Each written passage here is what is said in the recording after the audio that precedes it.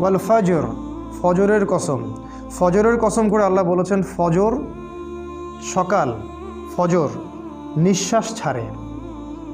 অসাধারণ একটা আয়াত, ফজর নিঃশ্বাস ছাড়ে। আজকের এডুকেশন সিস্টেম আমাদের এটা বিশ্বাস করবে সকাল নিঃশ্বাস ছাড়ে? কোরআন বলেছে ফজর, ফজরের সময় মালায়েকা চলে আসেন, কেরাত হয় ইমামের, তারা শোনেন, কারা কারা নামাজে আসছেন তারা লিখে রাখেন, আল্লাহর কাছে লিস্টটা নিয়ে যান, নিয়ে গিয়ে দেখান যে ফজরের জামাতে হাজির ছিল।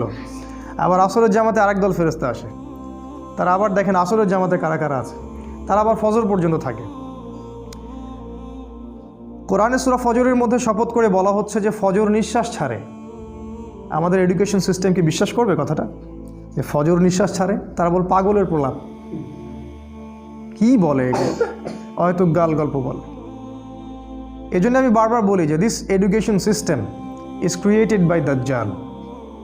এই এডুকেশন সিস্টেমটা ক্রিয়েট করেছে দাজ্জাল নিজেই।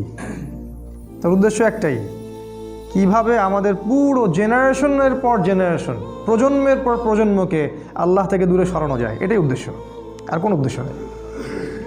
একজন পিএইচডি ডিগ্রি অর্জন করবে কিন্তু ভিতর থেকে হবে অন্ধ। একজন ডক্টরেট করবে, বাইরে থেকে ডিগ্রি নিয়ে আসবে, তার বাবা মা থাকবে বৃদ্ধাশ্রমে। সে ইন্টারনালি ব্লাইন্ড।